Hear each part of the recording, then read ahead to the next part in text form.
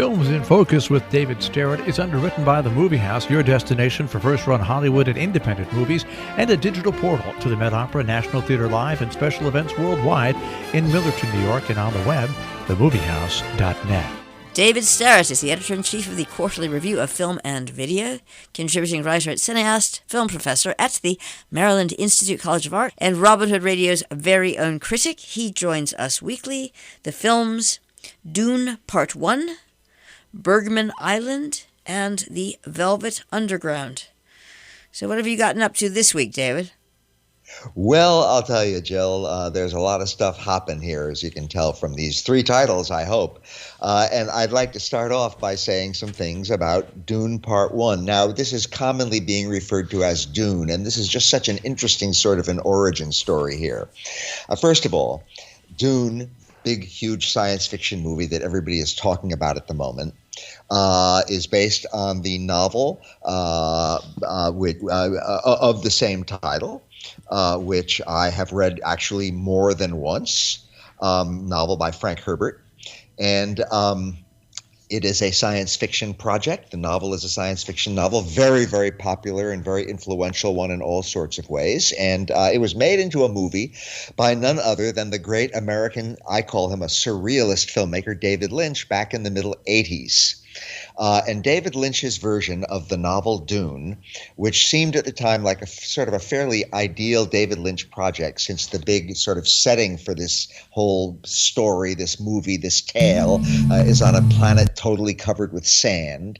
And David Lynch loves bizarre settings and bizarre costumes and bizarre situations, and so it seemed ideal for him. But the movie back in the middle 80s by David Lynch did not turn out all that well. I actually looked at it again recently, and it's not bad. It has its moments. It has some moments that are really, really bad, but it has some other moments which are really, really good, and which are the kind of thing that David Lynch does very well. In any case, however, the movie did not turn out very well. David Lynch himself does not much like his own adaptation of Dune. It's probably his least favorite among his own movies.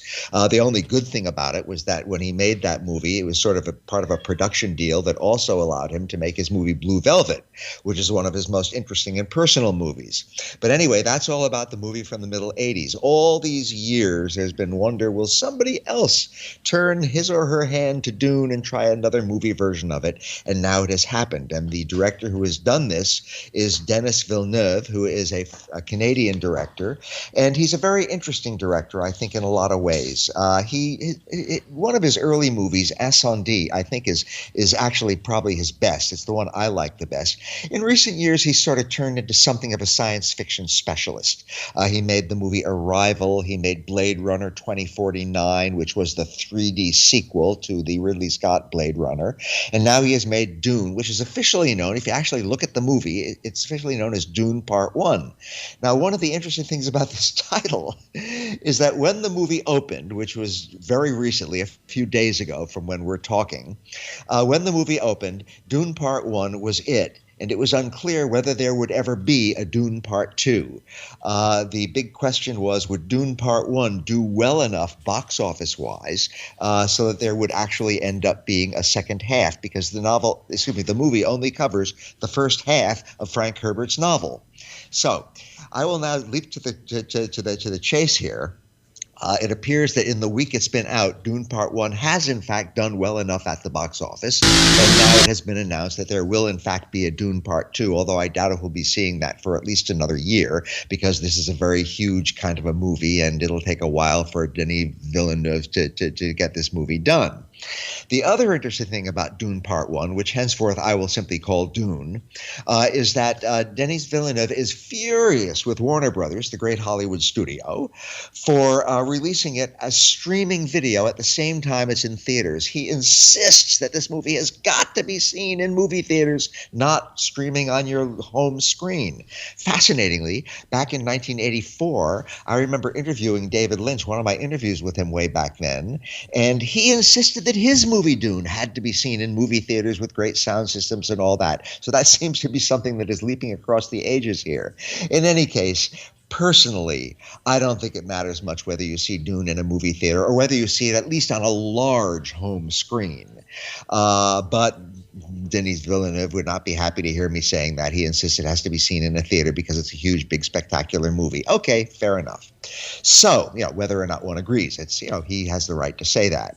What is Dune about? It is basically a big, epic story, very, very Star Wars-like, in my opinion, about a great sort of empire. And there's this planet called Arrakis, which is totally covered with sand. And there are people who come there to run the planet and manage the planet and this and that. And the plot all has to do with this fabulous spice, which is essential for the continued existence of the empire and for the continued existence of space travel and this sort of thing. And there's all this kind of intrigue about who's going to control the spice, who can control the spice, and there's all sorts of bizarre characters involved in this, et cetera, et cetera. I don't personally find the story of this very interesting.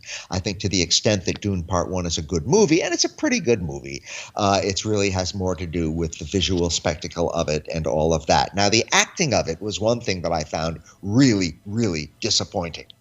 Oscar Isaac is a very good actor. I found him really dull in this movie. Timothée Chalamet looks very nice. He's a very handsome young guy, but I found his acting very dull in this movie.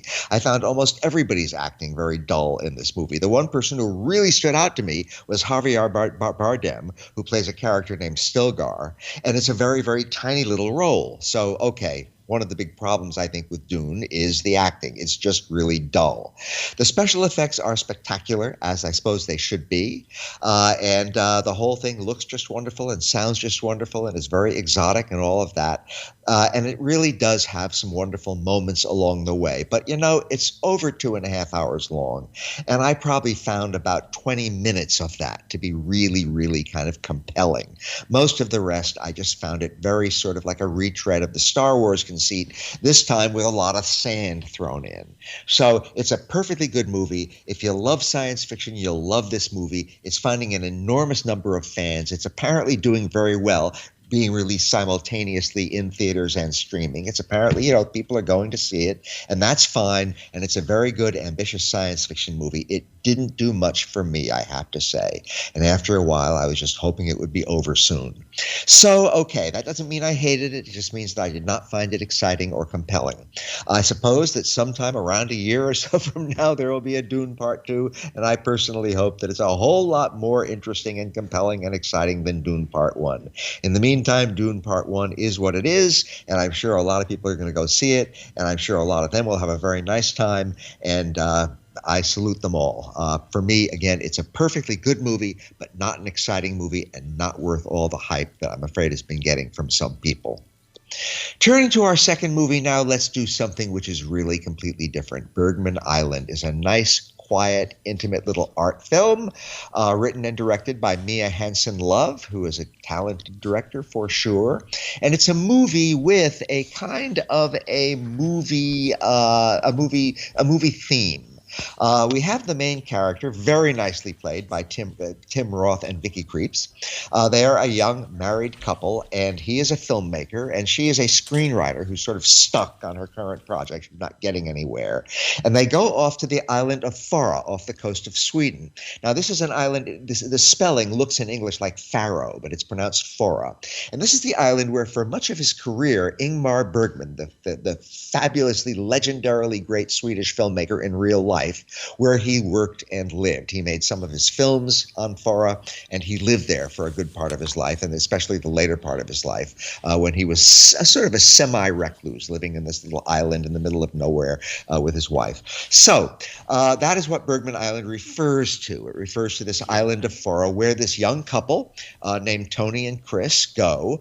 He is being involved in some way with an Ingmar Bergman film festival, which is being held there, and they're actually getting to stay in Ingmar Bergman's actual house. Bergman, of course, has been dead for many years, but they get to stay in what was his house, and they're very excited about that, and it's very nice. So he's going to do little things with this film festival and explore the island and get to know the island well. She also is going to explore the island and go on a little tour, and in the meantime, they'll both work on their projects while they're off on this little getaway on this island in the middle of nowhere off the coast of Sweden.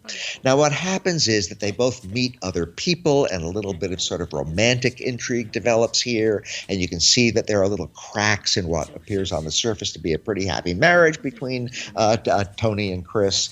And then after a while, again, Chris is working on her screenplay for her next project, and she's sort of stuck with it and not getting anywhere and having trouble with it.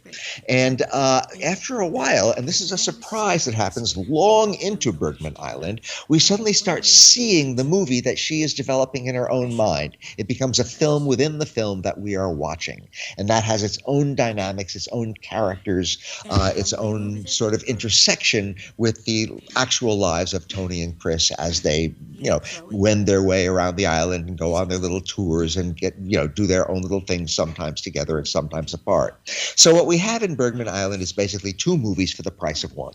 We have the story of this young couple who go to they're not that young, who go to the island and be involved with their different things. And we have the movie that Vicky is working on as it unfolds in her mind and as it unfolds on the screen that we are watching.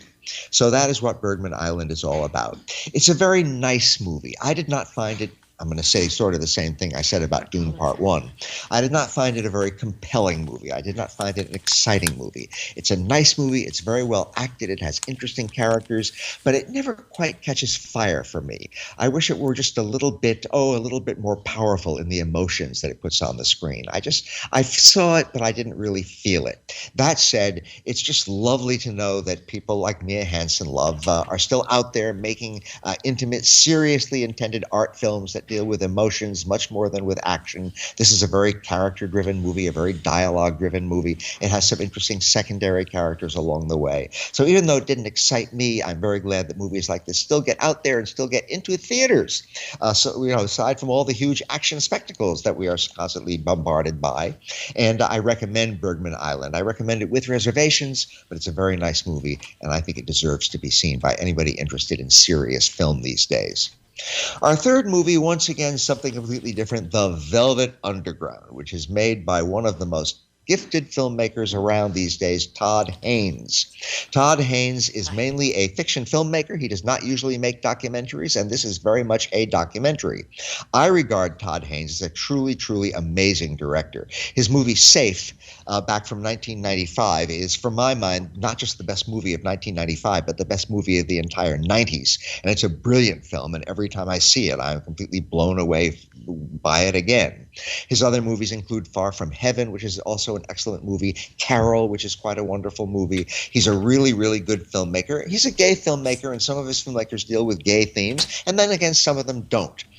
He's just a remarkably talented filmmaker, and now he has turned his hand to documentary with The Velvet Underground, which is, you guessed it, about the fabulous rock and roll group back from some years back now, but a fabulous group. And from my mind, I haven't been much interested in rock music or pop music for several decades now. I was a fanatic of rock and roll when I was growing up. I just loved it, and I listened to it all the time, and I was consumed by it in certain ways. And then I kind of lost interest in it a few decades back. And for me, one of the very few groups that really continued to really capture my interest after I lost interest in most of the rest of it was The Velvet Underground. Lou Reed, a fabulous talent in so many ways, a brilliant talent. John Cale, who was the other sort of leading member of the group, an amazing musician who has done all kinds of fascinating work with The Velvet Underground and outside it. The other members of the group, Sterling Morrison, Maureen Tucker, also obviously very talented. So that is what The Velvet Underground is. It is a documentary about The Velvet Underground. And by the way, for a while, they were produced by Andy Warhol, and they were involved in working with Andy Warhol. And that's another fascinating aspect of this documentary, because Andy Warhol, to my mind, is an enduringly fascinating figure, and almost anything about him is bound to be of interest. So here we have Todd Haynes making his first documentary, and it is all about this wonderful rock and roll group. And he's got all kinds of terrific people on the screen, ranging from people like the great filmmaker and entrepreneur Jonas Mekas to the great avant-garde musician Lamont Young, to other rockers like Jackson Browne and Jonathan Richman, all kinds of interesting people on the screen. As for The Velvet Underground as a movie, it's interesting that Todd Haynes, as gifted as he is, I think is not usually at his best when he does rock and roll subjects. He made a fiction movie about rock and roll many years ago called Velvet Goldmine that I just felt was too ambitious for its own good. He did a fiction movie about Bob Dylan called I'm Not There, which I also found too ambitious for its own good. The Velvet Underground is ambitious. It's a real rock and roll and documentary. It fills the screen with all kinds of things, and the soundtrack, of course, is sensational. And I think it's actually Todd Haynes' very best movie yet on a rock and roll subject. So if you want to see a really interesting documentary, if you have any interest in rock music, if you have any interest in the Velvet Underground, then by all means race out and see the Velvet Underground, which, by the way, is both in theaters and streaming. It's a really good movie. I found it a bit hyperactive. Maybe it crams a bit too much onto the screen and onto the soundtrack in its 2 hours of running time. Maybe just a little bit too much. It's always hopping, it's always jumping, it's always hitting you with a whole lot of stuff. But it's really wonderful to watch. And if you're interested in the Velvet Underground, Lou Reed, Andy Warhol, all that stuff, then it is probably going to be one of the best movies of the year for you. And that is my very hopping around from one place to another story this week, Jill. It's the active David Sterritt report. Thank you very much, David Sterritt. Films in focus, the films Dune Part One, Bergman Island, and The Velvet Underground.